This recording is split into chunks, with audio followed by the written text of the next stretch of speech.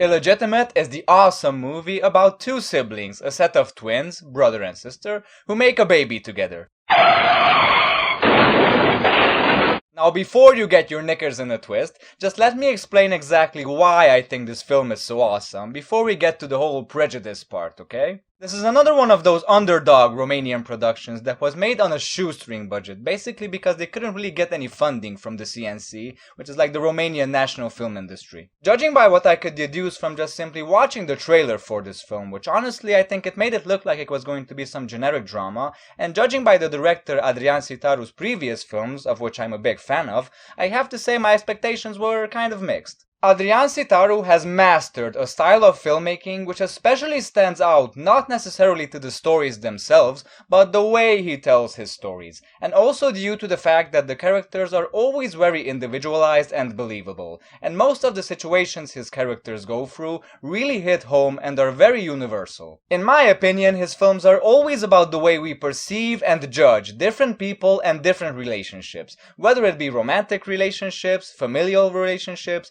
or even the way we relate to animals, and how that can drastically differ when being viewed from the perspective of different people, different characters. The very first shot of this film startled me a little bit. It's a static shot of our characters sitting quietly in a car. And I was just like, oh no, not another one of these slow, musicless, undynamic movies. Luckily, I was quickly relieved when the opening credits and the excellent piece of music that is Beethoven's Moonlight Sonata started playing. It's a leitmotif that reappears frequently in the film, and it was one of the many elements the actors themselves came up with for the film. And that's where the awesomeness and the excitement of this film truly lies, because the major difference between this and the director's other films is that this film is hardly even directed. And what I mean by that is that the film was almost entirely unscripted, and the actors had the freedom to come up with as many of their own original ideas for their characters as possible. Initially, the project wasn't even supposed to be a movie to begin with.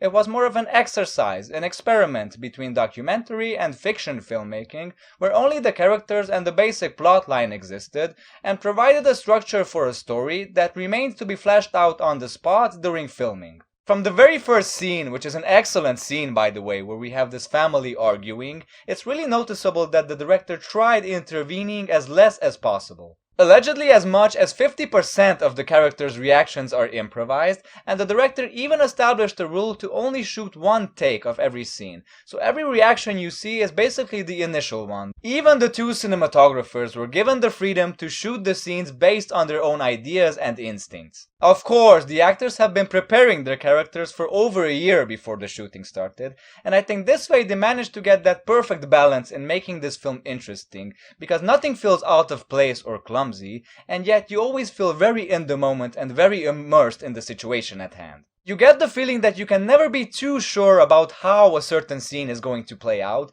because the actors themselves who were in the scene didn't really know how it was going to play out when they were filming it, and that really comes through in a very natural and realistic way. Now, I love attending premieres with Q&A sessions at the end of them, because of course they can be very informative, but they can also turn into total nonsense. And I think with this movie it was a little bit of both, because many people didn't really know what to take away from this movie, didn't really know what to think about it. They were constantly asking questions about what is exactly the message this movie is trying to convey, what exactly is it trying to say about incest. Many people didn't know what to think. Is this movie really saying that incest is okay? Should we just turn a blind eye to things that were considered for so long to be unnatural and improper? But the fact of the matter is that this film is as much about incest as, I don't know, as much as Taxi Driver is about driving taxis. Because by God, it is about so much more than that. Because you see, Romania has a very dark history when it comes to the subject of abortion. Between 1966 and 89, abortion was considered a crime,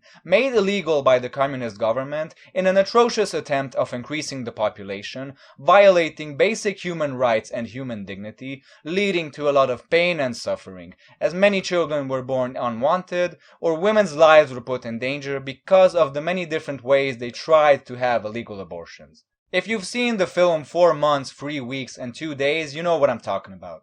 The subject of abortion is what actually kickstarts this plot in a very riveting way. The father character is accused of having been involved in the prevention of abortions, possibly making his connections to this dark period more than that of just an innocent bystander. The communist period is the cause of a larger than usual generation gap. But the film is so smart because it uses these subjects of incest, abortion, communism, and uses them as mere pretext. You never really get the sense that it comments on them. Rather, it does something much more clever. Instead of commenting on it, instead of judging it, it shatters preconceptions. It avoids trying to give you answers which are basically non-existent. Things are not so black and white. You can't just judge people that way. And the film asks you the questions. Do you think this is right? Do you think this is wrong? I highly recommend it. Thanks for watching my review, folks. This review, which I'm finishing days after I started it.